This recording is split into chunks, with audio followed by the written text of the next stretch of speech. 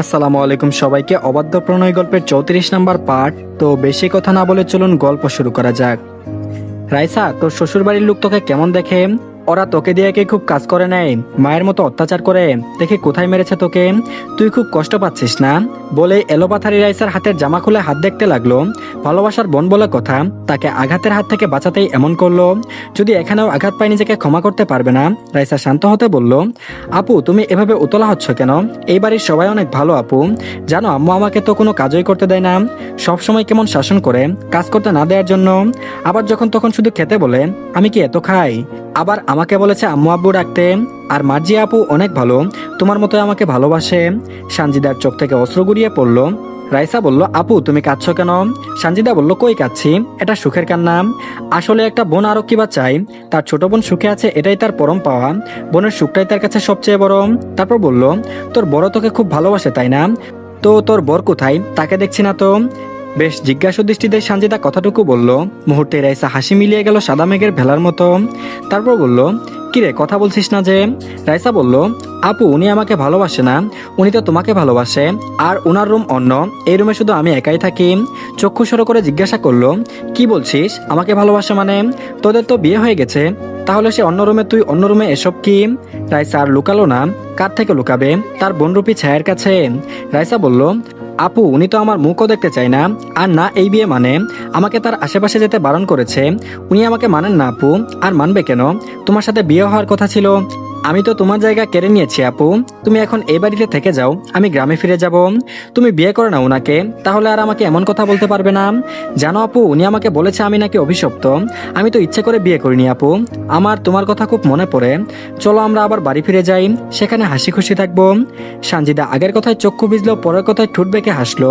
তারপর বলল, তুই সেখানেই সুখ খুঁজছিস এখনো, যেখানে দিনের পর দিন অত্যাচারিত হয়েছিস? সেখানে কোন হিসেবে ফিরে যেতে চাইছিস? এখানে এত সুন্দর শ্বশুর শাশুড়ি রেখে তোর দুর্বিষহ জায়গা ভালো মনে হলো? তুই কবে বড় হবি রে? নিজেকে ভালো করে বুঝতে শেখ। রাইসা বলল, মা বাবার কথা খুব মনে পড়ে আপু। ওরা কেউ একদিন ফোন দিয়ে খোঁজ নেয় না, আমি ফোন দিলেও ধরে না। কোনোদিন ধরে এই দু এক কথা বলেই কেটে দেয়। তাদের সাথে কথা বলতে আমার বুকটা ফেটে যায়। আমি মা বাবাকে খুব ভালোবাসি। সানজিদা বলল, কাঁদিস না বোন আমার, তুই ওদের ভালোবাসিস কিন্তু ওরা নয়। তাই এসব মিথ্যে স্বার্থপর মানুষের জন্য কখনো তুই চোখের জল ফেলবি না। ওদের কথা ভাবা মানে অন্যায়। তোর সাথে কি কম করেছে ওরা? নিজের বাবা হয়ে তোকে কেমন দেখতো আমার জানা আছে। তাই এসব কথা আমার কাছে বলবি না, তুই এখানেই থাকবি। রাইসা বলল, ঠিক আছে আপু, তুমি আগে ফ্রেশ হয়ে আসো যাও। আর এদিকে সানজিদা ফ্রেশ হতে গেলে রাইসার মনে হলো নিচে তার শাশুড়ি বলেছিলেন তেজকে ডেকে দিতে। রাইসা সেই মোতাবেক তেজের রুমের সামনে এসে দাঁড়ালো। কি বলবে বুঝতে পারছে না। আজ এতগুলো দিন তো সে একেবারের জন্য কিছু বলে ডাকেনি, তাহলে এখন কি বলবে? ভাবতে ভাবতে সময় গড়িয়ে গেল বহুদূর। অবশেষে শুকনো ঢুক গিলে অস্ফুট স্বরে বলল, শুনছেন? কিন্তু ভেতর থেকে কোনো সাড়া পেল না, তাই আবারও ডাকলো, শুনছেন? পূর্বের নেই সাড়া না পেয়ে দরজায় হাত দিয়ে ধাক্কা দিতেই দরজা খুলে গেল। রাইসা কপাল গুটিয়ে ফেললো, দরজা তো আগেই খোলা, তাহলে শুনছে না কেন? ঘরে কি নেই? ভাবনার জগতে এক পা এগিয়ে রুমের ভেতর ঢুকে পড়ল। রুম জুড়ে কোথাও কেউ নেই। আর দু একবার ডেকে ফিরে যেতে নিবে, তার আগে ব্যালকনির দিক থেকে ভেসে এলো চিরচেনা পরিচিত সেই ডাক, মৃগনয়নী। রাইসা থমকে গেল, তারপর বলল, আম্মু আপনাকে নিচে যেতে বলেছে। তেজ বলল, শুনতে পাচ্ছি না, এখানে এসে বলে যাও। তেজের ভাবলেশীন কথা যেন শুনেও না শোনার ভাব। রাইসা কথা মতো এগিয়ে এসে বারান্দার দরজায় পা রাখলো আর উক্ত কথাগুলো বলল। তেজ বারান্দার রেলিংয়ে হাত রেখে ভাস হয়ে দাঁড়িয়ে আছে। সে যে রাতে শাড়ি পরিয়েছিল, তারপর থেকে রাইসা আর তেজের সামনেই আসতে চায় না।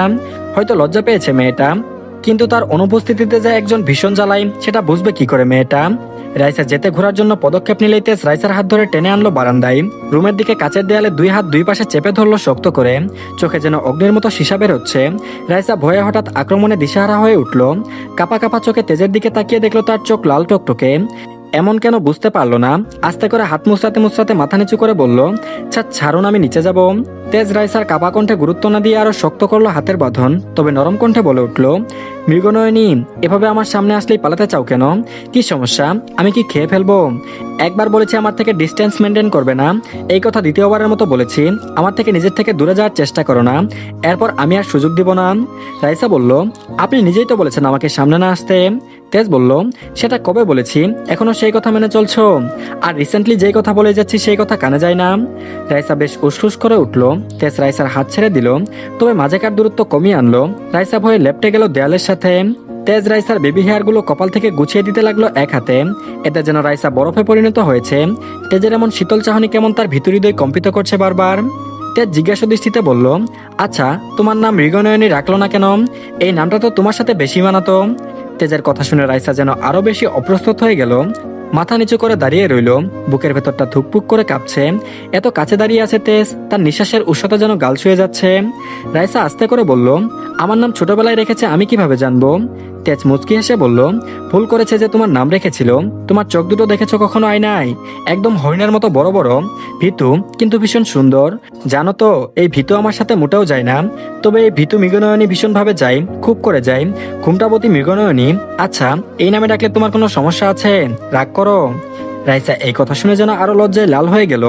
এমন কথা সে জীবনেও কখনো শুনেনি। তেজ তো তাকে অপছন্দ করে, এই কথাটাই তো এতদিন বিশ্বাস করে এসেছে। তাহলে আজ এমন কথা বলছে কেন? আস্তে করে বলল, আপনার যা ইচ্ছে। তেজ একটু থেমে গেল, চোখের দৃষ্টি গম্ভীর হয়ে উঠল।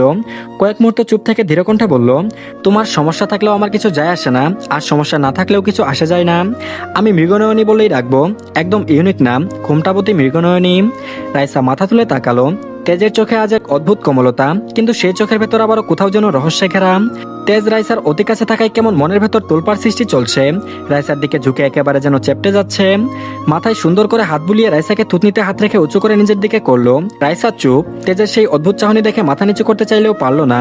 তেজ তা হতে দিল না। রাইসার মুখের দিকে তাকিয়ে এগিয়ে নিল।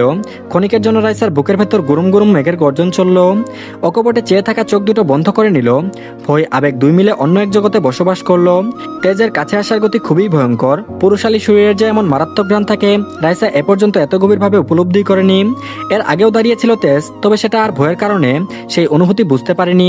তেজ বলল, ঘুমটাবতী, তোমার মৃগনয়ন খুলো, আমি দেখতে চাই এই চোখে কি আছে, যা অদ্ভুত, কি এমন রহস্য আছে, আমাকে সেই রহস্য উন্মোচন করতে দাও। মৃগনয়ন খুলে আমাকে সাহায্য করো। রাইসা চোখ দুটো আরো খিচে কাঁপতে লাগলো। চোখের পাতা ভয়াবহ আকারে কাঁপছে। নিজেকে কেমন খোলামেলা লাগছে। চোখ বন্ধ অবস্থায় দুই হাতে ওড়না পেঁচিয়ে বলল, কি করছেন? তেজ আরো মুখ এগিয়ে এনে রাইসার কপালে পড়ে থাকা উড়ন্ত অবাধ্য চুলগুলো ফু দিল। সাথে সাথে রাইসা চোখ খুলল। তেজ কিছুই বলল না, আবার সরেও গেল না। সবে রাইসার গালে হাত রেখেছে, অমনি বারান্দায় দরজায় কেউ যক্ষা রোগীর মতো কেসে উঠল। তেজ সামান্য হকচুকিয়ে গেল না। রাইসা তো ভয়ে সিটিয়ে গেল। সাথে লজ্জায় আর পৃথিবীতে থাকতে ইচ্ছে করছে না। কি এক অবস্থা! মানুষের সামনে এমন পরিস্থিতি, সে কি ভাববে? তেজ একইভাবে দাঁড়িয়ে আছে।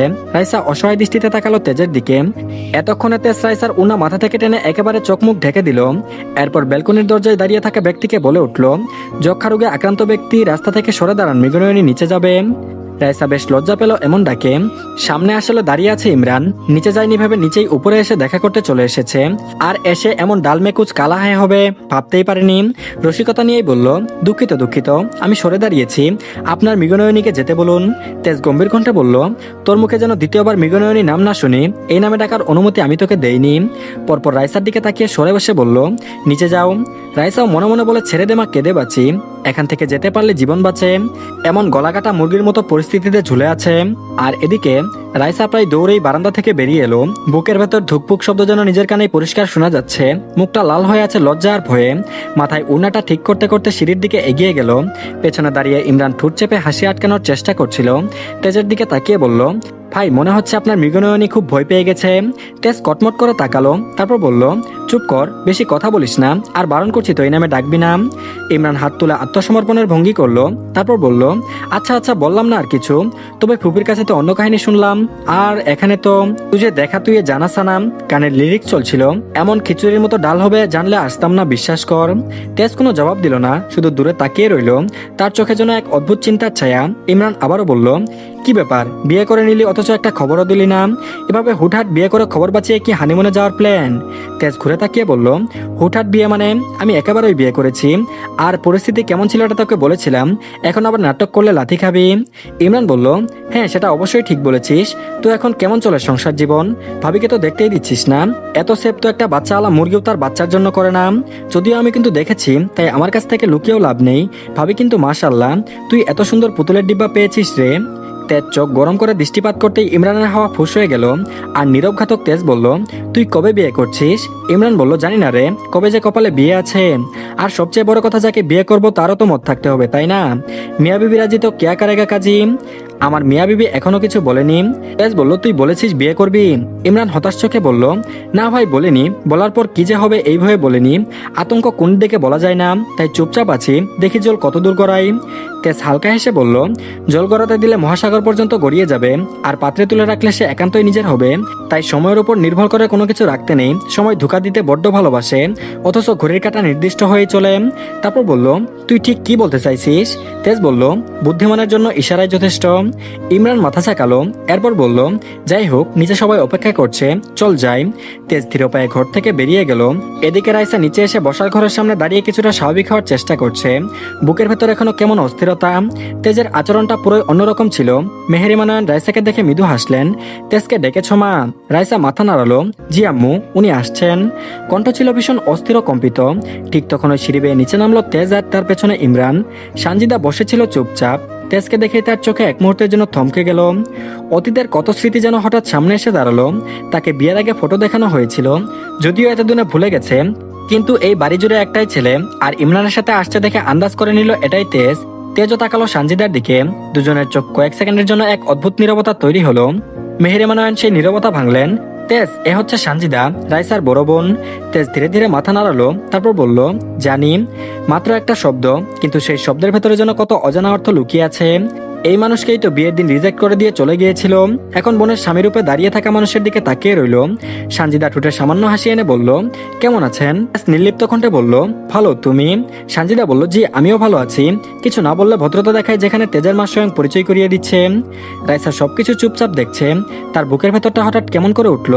তেজের দিকে সানজিদার এমন তাকানো যেন বুকের ভেতর দুমড়ে মুচড়ে উঠল। অথচ এর কারণ জানে না, কেন হচ্ছে এমন। রাইসা নিঃশব্দে সবকিছু দেখছিল। সানজিদা আর তেজের মাঝখানে সেই কয়েক সেকেন্ড নীরবতা যেন তার বুকের ভেতর কাটার মতো বিঁধে রইল। কেন জানি হঠাৎ মনে হলো এই মুহূর্তে সে যেন অদৃশ্য হয়ে গেছে। তো ধন্যবাদ সবাইকে, এই পার্টটি এই পর্যন্তই। পরবর্তী পার্টও দিয়ে দেওয়া হয়েছে, সবাই দেখে নিন। আর সবাই অবশ্যই চ্যানেলটিকে সাবস্ক্রাইব করে দিন, আর ভিডিওতে অবশ্যই লাইক দিন। তো ভালো থাকবেন সবাই, আল্লাহ হাফেজ।